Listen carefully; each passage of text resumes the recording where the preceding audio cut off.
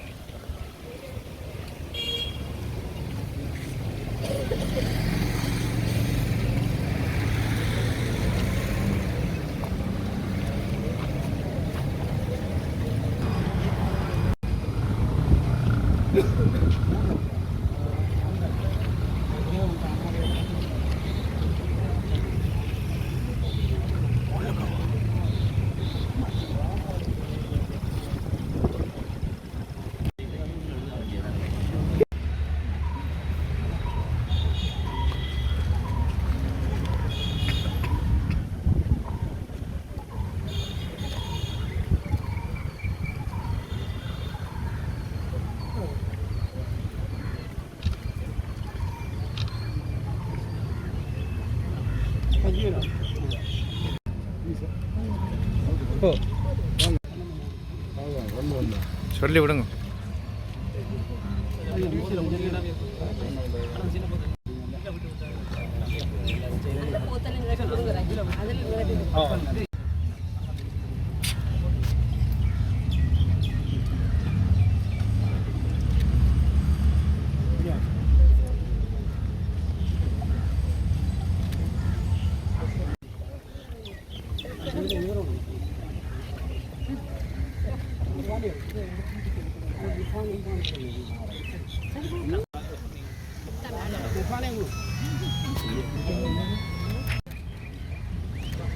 இங்கே இந்த கோலை இருக்க சேர் அது சேர் இருக்கணும். இங்கே தானே சரி சரி ஓகே நம்ம ஊற்று.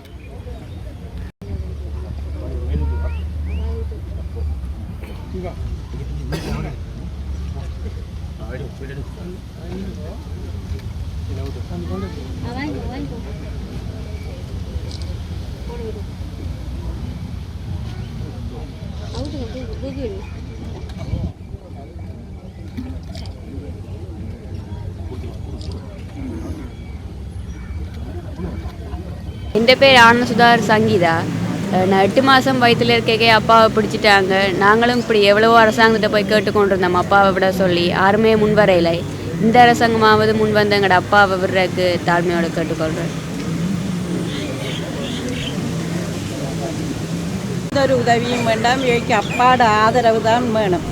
அதைத்தான் நான் கேட்டுக்கொள்கிறேன். ஏனென்றால் நானும் எனக்கு இருக்கிறது அந்த ஒரே ஒரு மகன்தான். அவரை விட்டால் வேறு பிள்ளைகளும் இல்லை. ஆன முறையில் எனக்கு ஆனந்த சுதாகர் விடுதலை செய்ய வேணும் என்று தான் நான் கோரித்தான் நான் இங்கே வந்திருக்கிறேன். இந்த 2 பிள்ளைகளை நான் இறந்தால் இப்போ இந்த அனாதைகளாகட்டும். அதுக்காக வேண்டி எனக்கு இந்த மகன் ஆனந்த சுதாகரை விடுதலை செய்ய வேணும் என்ற மன நம்பிக்கையோடு தான் நான் இங்கே வந்திருக்கிறேன். ஆனந்த சுதாகருக்கு தச்சமயம் பிரசர் வருத்தமும் தலையில் எல்லாம் புண்ணும் கொஞ்சம். இப்போ அவரை கொண்டே போகாந்திர சிறைச்சாலையில் வச்சிருக்கணும். 15 வருஷமாக மெஜர் சிங் சிறைச்சாலையில் இருந்தவர்.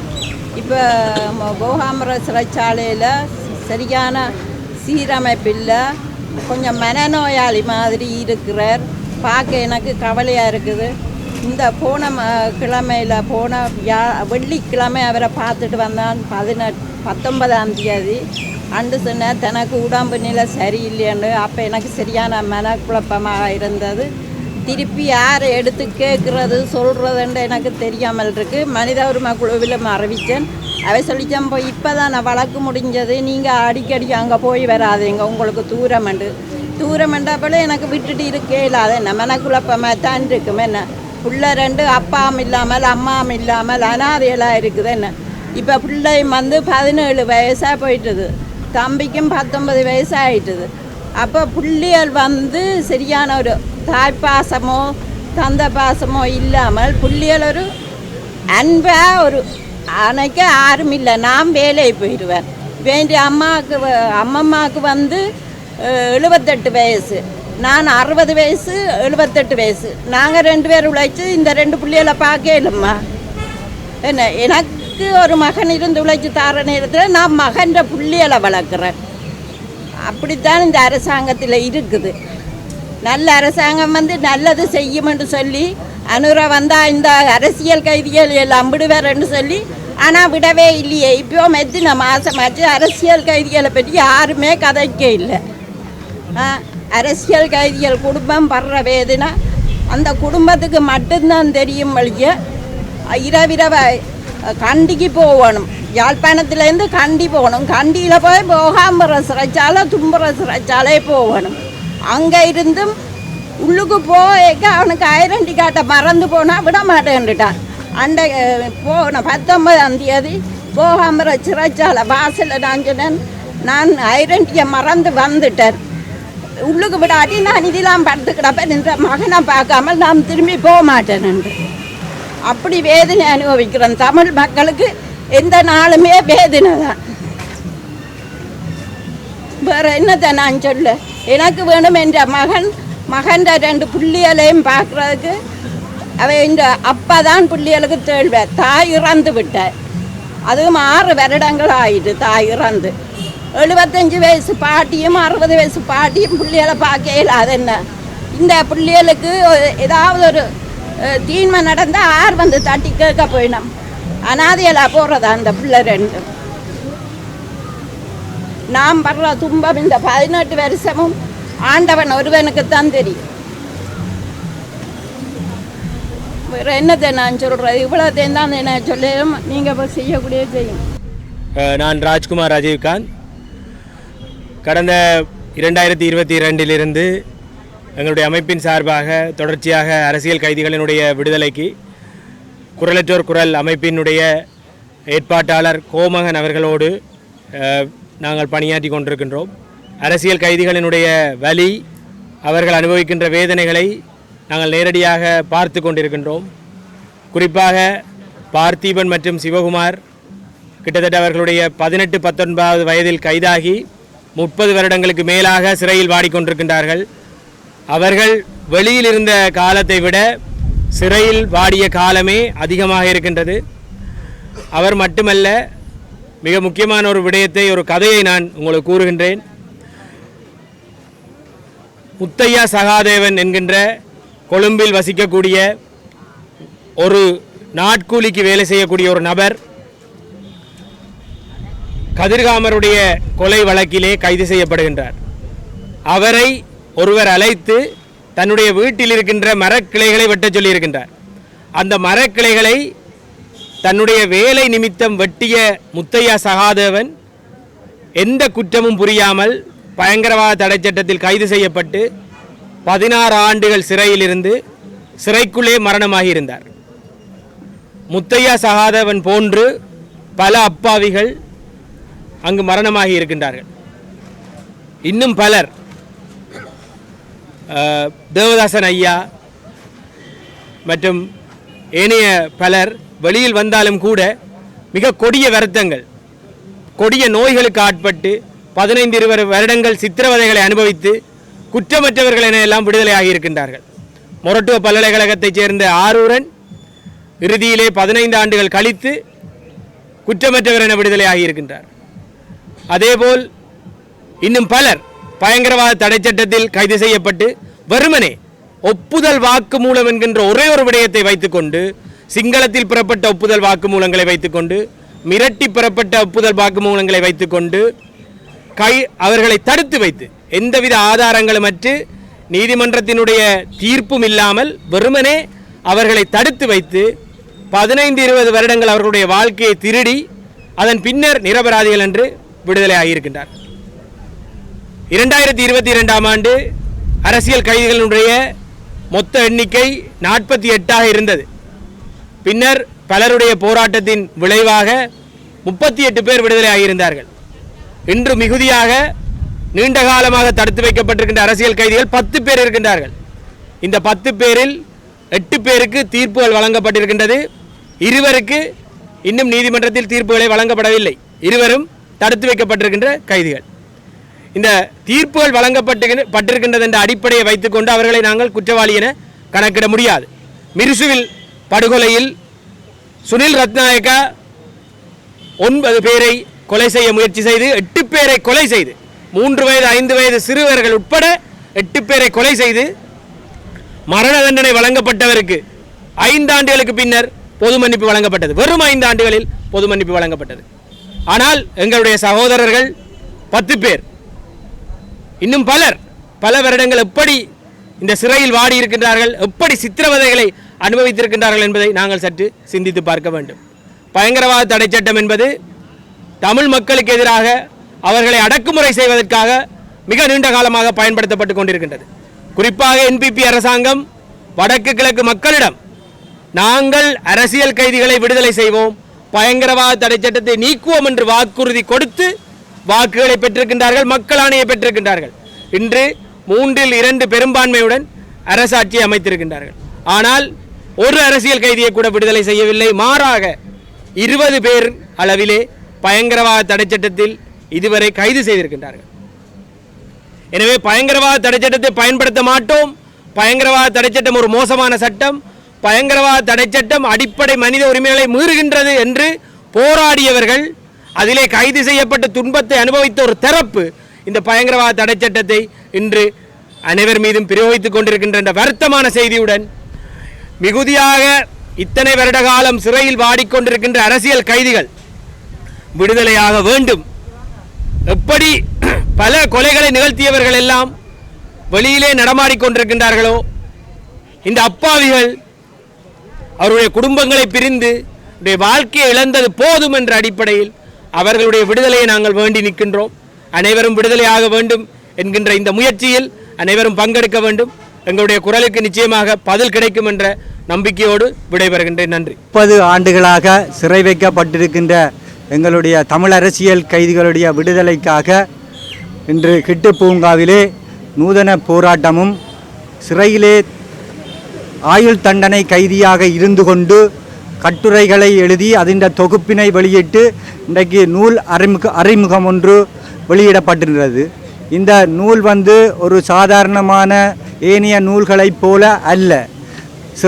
சிறைகளுக்குள்ளே கொடூரமான முறையிலே எங்களுடைய உறவுகள் பட்ட பலிகள், வேதனைகள், பல பேர் படுகொலை செய்யப்பட்ட சம்பவங்கள் என இது ஒரு இனத்தினுடைய ஒரு சிறை கைதிகளுடைய பிரதான ஒரு ஆவணமாக இன்றைக்கு நாங்கள் அதனை அறிமுகம் செய்திருக்கின்றோம். தொடர்ந்தும் 30 ஆண்டுகளாக சிறை வைக்கப்பட்டிருக்கின்ற உறவுகளின் பலிகளை இன்று அந்த உறவுகள் நேரே வருகை தந்து இந்த மக்களோட, இந்த பிரதிநிதிகளோட உரையாடக்கூடிய சம்பவம் ஊடாக அவர்களுடைய பலி வேதனைகளை வெளிப்படுத்தியிருக்கிறார்கள். எனவே கடந்த அரசு போல் இந்த அரசும் காலத்தை தாழ்த்து கொண்டிருக்காமல் இந்த வருகின்ற ஜெனீவா அமர்வுக்கு முன்னர் தமிழ் அரசியல் கைதிகள் அனைவரும் விடுதலை செய்யப்பட வேண்டும். 30 ஆண்டு என்று சொன்னால் ஒரு தசாப்தம் கடந்து விட்டது. சிவகுமார் என்ற அரசியல் கைதிக்கு வயது 56, பார்த்திபனுக்கு 48 வயது. இவர்கள் இன்னும் ஒரு குறிப்பிட்ட காலம்தான் வாழப் போகிறார்கள்.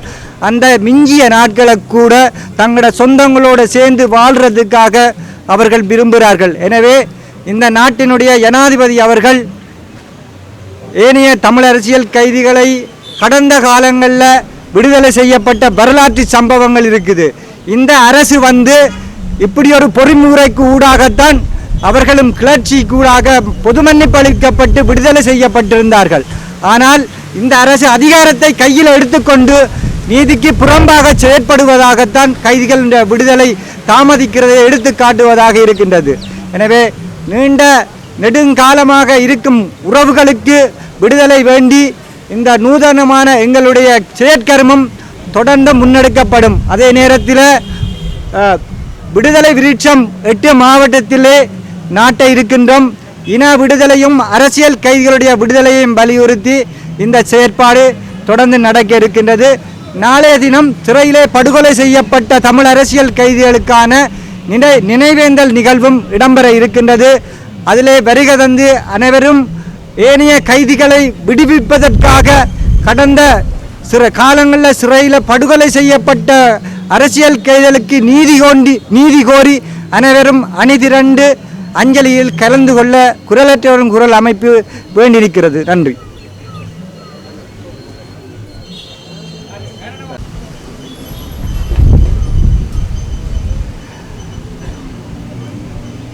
அரசியல் கைதிகளுடைய விடுதலையை வலியுறுத்தி குரலற்றவர்களின் குரல் அமைப்பினால் ஒரு போராட்டம் ஒன்று இன்றைய தினம் ஆரம்பிக்கப்பட்டிருக்கின்றது. நாளைய தினமும் அது முன்னெடுக்கப்படுகின்றது.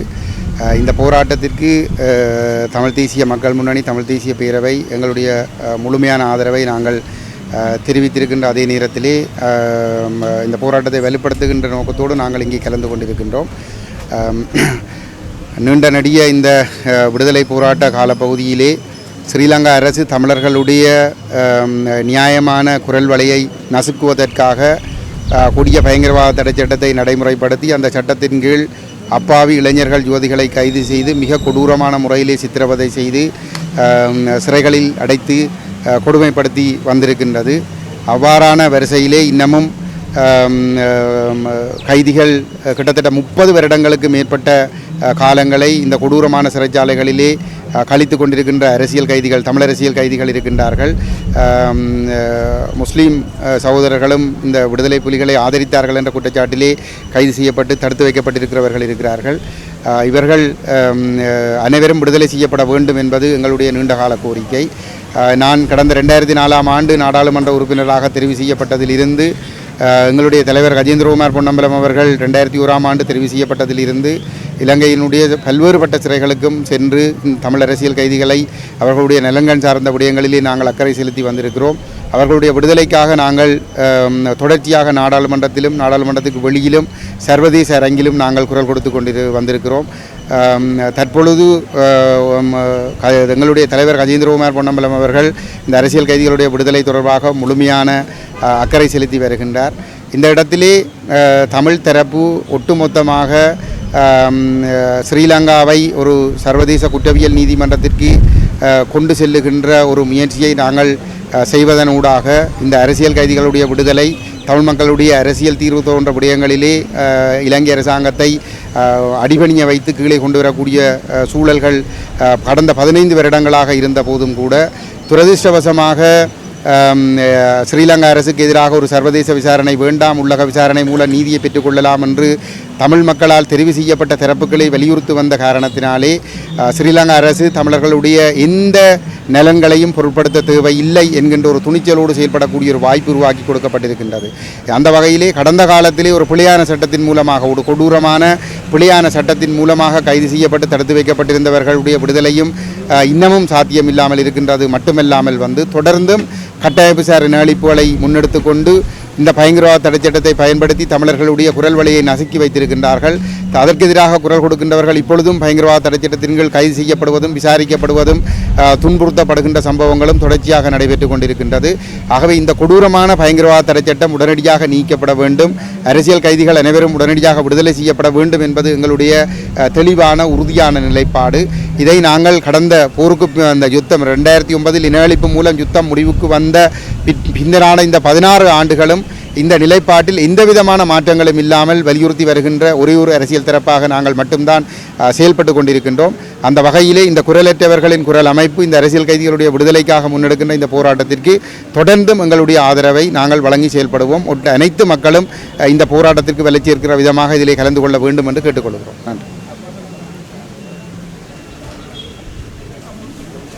நன்றி.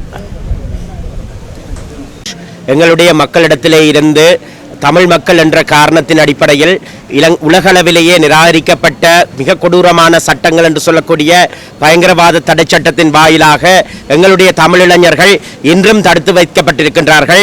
காலத்துக்கு காலம் மாறி மாறி வருகின்ற அரசாங்கங்கள் இவர்களை விடுதலை செய்வதாக ஒரு தேர்தல் பிரச்சார கால பகுதிகளிலே சொல்லி வந்த போதும் ஆனால் அவை எதுவும் நடைபெறாமல் தொடர்ச்சியாக அவர்கள் இது ஒரு அரச கொள்கையாக சிறைகளிலே வாடி வருகின்றார்கள்.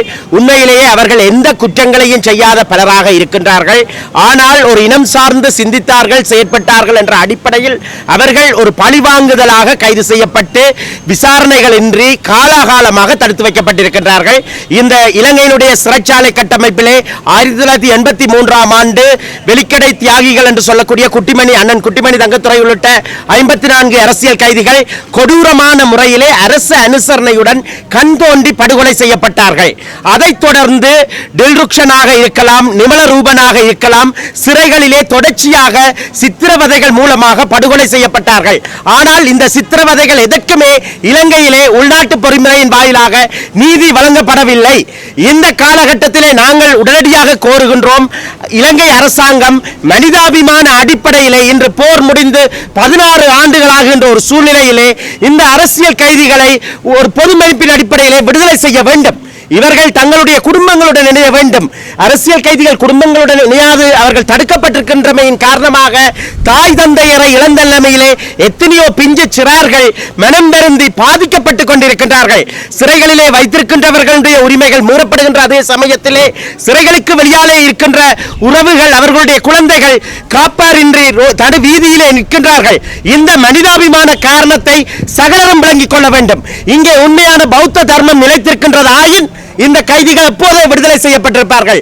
அரசியல் நோக்கங்களுக்காகவும் பழி வாங்குதல்களுக்காகவும் தான் இந்த அரசியல் கைதிகள் தடுத்து வைக்கப்பட்டிருக்கின்றார்கள். அவர்கள் மீது புனையப்பட்ட அநேகமான வாக்குமூலங்கள் பொய்யானவையும் சித்திரவதை மூலமான வாக்குமூலங்களாகவும் அமைகின்ற ஒரு சூழ்நிலையிலே அவர்களை தொடர்ச்சியாக தடுத்து வைத்திருந்து இந்த நாட்டில் நல்லிணக்கத்தை ஏற்படுத்த போவதாக கூறிக்கொள்பவர்கள் என்ன நோக்கத்தின் அடிப்படையிலே செயற்படுகின்றார்கள் என்ற கேள்வியை எழுப்புகின்றோம். இன்று உங்களுக்கு தெரியும், எங்களுடைய சகோதரர்கள் 30 ஆண்டுகளுக்கு மேலாக கூட அரசியல் கைதிகளாக சிறைகளிலே இருக்கின்றார்கள். அவர்களுடைய வாழ்நாளை மிஞ்சிய காலகட்டம் வரையிலே அவர்கள் சிறைகளிலே இருக்கப் போகின்றார்களா என்று கேள்வி எழுப்புகின்றோம். ஆனால் இது இவ்வாறு இருக்க அரசாங்கம் சகோதரத்துவ தினம் என்று சொல்லி இவை அனைத்துக்கும் பொறுப்பு கூறாமல் செயற்பட்டுக் கொண்டிருப்பதை நாங்கள் கண்டிக்கின்றோம். உடனடியாக இவ்விடயத்திலே ஜனாதிபதி தலையிட்டு உடனடியாக இவர்கள் விடுவிக்கப்பட வேண்டும். எங்களுடைய மக்களுடன் அவர்கள் இணைக்கப்பட்டு அவர்களும் தங்களுடைய சகஜ வாழ்வை ஆரம்பிக்கக்கூடியவர்களாக மாற்றப்பட வேண்டும் என்று கோரிக்கை விடுக்கின்றோம்.